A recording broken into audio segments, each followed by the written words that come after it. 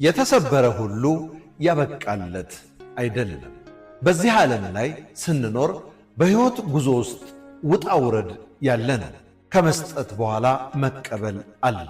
ከማጣት በኋላ ማግኘት አለ። ከማልቀስ በኋላ መሳቅ አለ። ከሕመም በኋላ መዳንና ሥራ ከማጣት በኋላ መልካም ሥራ ማግኘት አለ። ሳትፈተን መልካም ውጤት የለም። ሳትቸገር ደስታ የለም።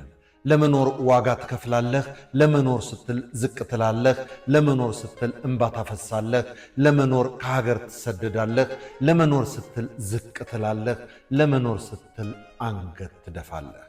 አንድ ቀን ግን ሁሉም ያልፍና ቀና ብለህ ከሰው እኩል ትራመዳለህ። በዚህ ዓለም ላይ ምንም ነገር ልናጣ እንችላለን፣ ነገር ግን የሚተካ ነው። በዚህ ውል አልባና ውጥንቅጡ በበዛበት ዓለም ውስጥ በትዕግሥት ነገሮችን መርምሮ በማስተዋል በመኖር የውስጥ ሰላምንና መረጋጋትን ከማስጠበቅ በላይ ትልቅ ስኬት የለም። የውስጥ መረጋጋትና የህሊና ሰላምን ማጣት ግን ትልቁ ውድቀት ነው።